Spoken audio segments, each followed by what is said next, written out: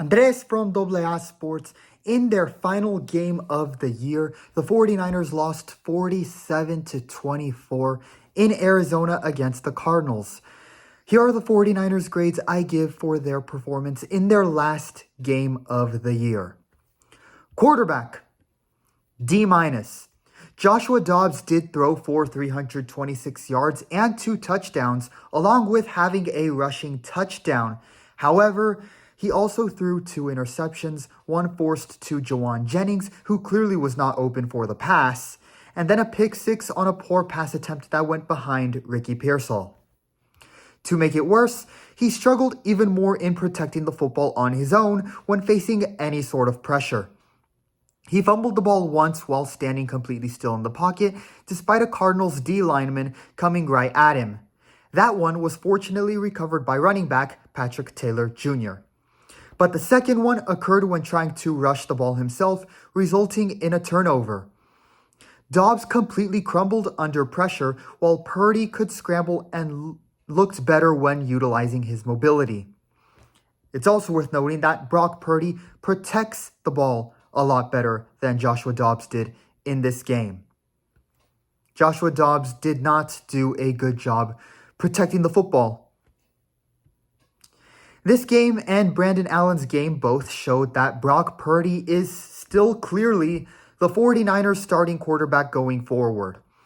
Right now, look for the 49ers to extend him in regards to how much they will pay him. Of course, we'll see. But again, Brandon Allen and Joshua Dobbs, their performances so far, I think, showed Brock Purdy is still the best quarterback. They are definitely going to want to look to extend him. Running backs, A-. Patrick Taylor Jr. had 17 carries for 109 yards, along with a catch for 12 yards. Pretty good.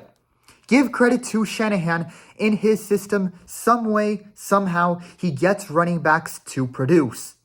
Isaac Guerrero was the starter, but only had 2 carries for 5 yards before being carted off for an ankle and knee injury. Unfortunately, the 49ers have been cursed with injuries in the running back position. You hate to see it, and hopefully Guerrero has a speedy and quick recovery. Fullback, A. Kyle Juszczyk had 2 catches for 49 yards, including a 36-yard touchdown catch. He also helped block in the run game and contributed in Dobbs' quarterback sneak touchdown, pushing the pile and, along with it, Joshua Dobbs into the end zone for the points. He had a good game. It is a shame that, while still being under contract with the 49ers next year, depending on what comes next with paying Purdy and salary cap factors, this could be his last game as a 49er if they decide to trade him to, again, save salary cap space for when they pay Purdy and other key stars, such as maybe Dre Greenlaw and even George Kittle. Of course, we'll see if that happens. It's also worth noting that Juszczyk did already take a contract. He did accept a contract restructuring, so he's already taking less money as it is. So this could be if they are able to trade him for a really good deal. They could trade Kyle Juszczyk, but right now there hasn't been any word of that. He'll still be under contract with the Niners next season. We'll see if anything regarding that happens, as it does also depend on if Kyle Shanahan still believes there is a key place for Juszczyk in his offense. Wide receivers, B grade. Jennings got kicked out of the game for 2 fights on back-to-back plays. Granted, both fights were caused by the Cardinals cornerbacks, who were clearly unprepared for the 49ers' physical style of play, and specifically Jauan Jennings blocking. Jennings clearly got in their heads. While he and Shanahan argued the ejection was not his fault, and Jennings' response was understandable as the cornerbacks tried to grab his face mask, take his helmet off, and throw him to the ground. Look for Jennings to be more careful in the future and just let the refs handle it. As they saw it, he really shouldn't have responded the way he did in that case. As for Murphy, the Cardinals cornerback, who was also ejected along with Jennings, boo-hoo, too bad, so sad. Learn to deal with the physicality and train up to not get bullied like he did. Meanwhile, Ricky Pearsall had another solid game with 6 catches for 69 yards and a touchdown. He looks promising and worth the first-round pick. Conley had 4 catches for 59 yards, and Jennings had 7 catches for 52 yards before being ejected. Jacob Cowing also had 2 catches for 30 yards. Tight ends, B-. George Kittle had 2 catches for 27 yards, playing only half the game. Eric Saubert came in for the rest of the game and had 4 catches for 17 yards. Offensive linemen, B. The 49ers averaged about 5 yards per carry on the ground, and Dobbs was sacked only twice. That actually isn't bad given all the backups starting for this unit. However, look for the 49ers to address their O-line needs in the draft and offseason and add depth and strength to it, especially if they pay Purdy. They're going to want better pass protection to protect their quarterback that they essentially would have just extended. Defense as a whole, F. The defensive line went through all the motions but failed to sack Murray at all in the game. The linebackers also went through the motions but still gave up an average of 5.6 yards per carry against the Cardinals' backup running back. Granted, this was also without Dre Greenlaw. The 49ers need to re-sign him this offseason. As for the secondary, they gave up 4 touchdown passes and a 128 passer rating to Kyler Murray, one of the most inconsistent quarterbacks in the league. Yet more weak defensive play calling resulted in the Cardinals receivers being wide open and many more blown coverages. They have promising young stars in the secondary, but they need proper mentorship. Now, special teams, F. They gave up another fake punt. Under Brian Schneider, they have been so atrociously mistake-prone. Cody Parkey 2.0 missed his once-a-game field goal, nothing new from him. This should be Moody's last game with the 49ers, and I would go further and say his last game in the NFL. His rookie year was one thing, and given he was new, but this year he has been even worse. He is a liability, and they need to get a real kicker in. Preferably don't waste a draft pick on him. You can find and sign good kickers that go undrafted. Who knows, in the summer UFL season, maybe they find a quality kicker there and even try to pursue him. Hell, if Robbie Gould is willing to come back for a cap-friendly deal, if he's still practicing kicking on his own, give him a call. Regardless, Jake Moody cannot be a starting kicker and definitely not part of the 49ers going forward. Go miss kicks somewhere else, please. Coaches, F. Now, let's discuss the special teams coaching first. Once again, they were unprepared and had their once-a-game blunder.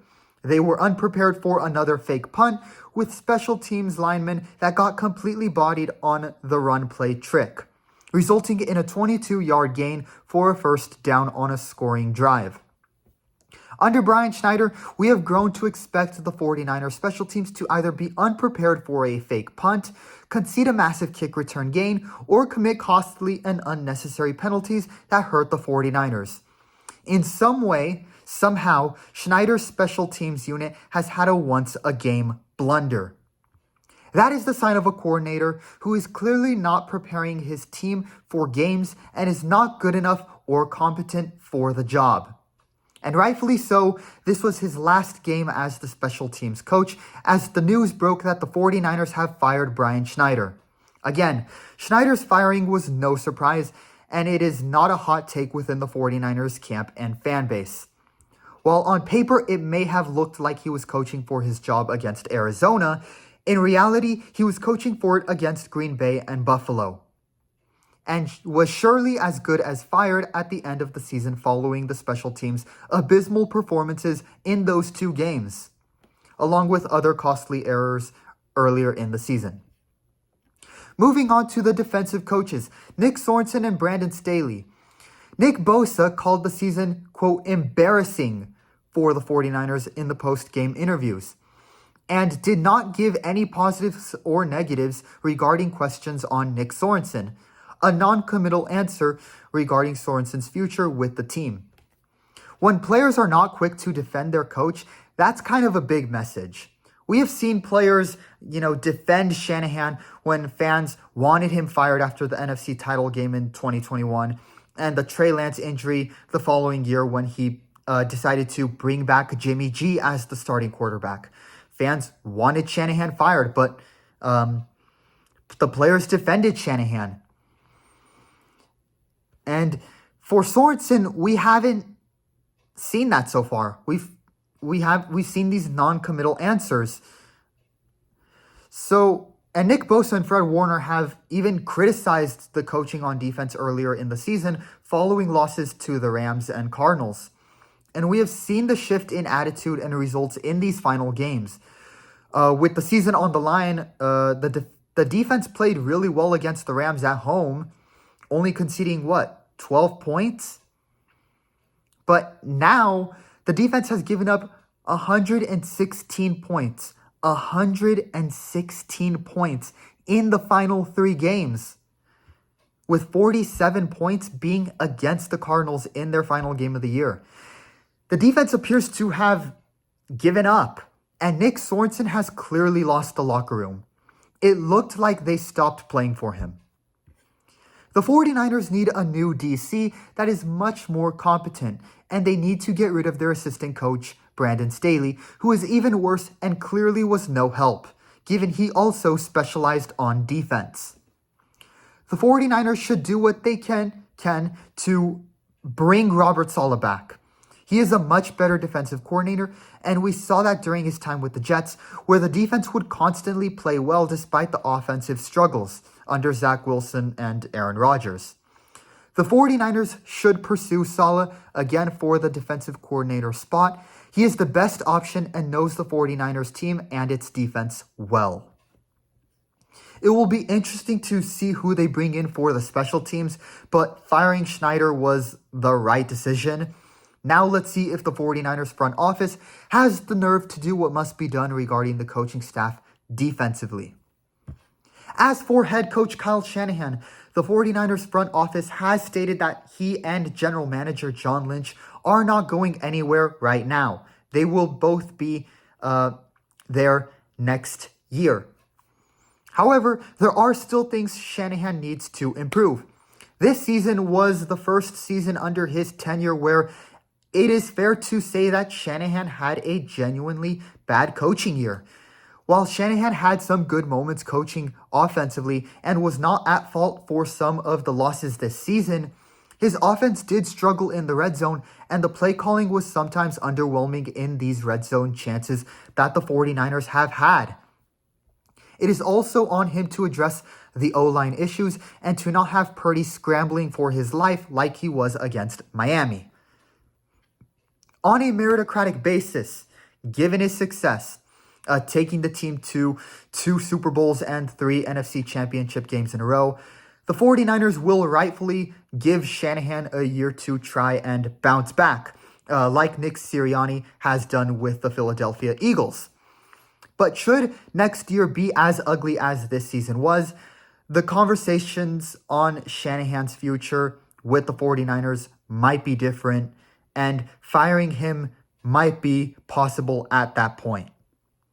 Look for Shanahan to adjust his play calling on offense this offseason and to add the creativity it lacks in certain aspects.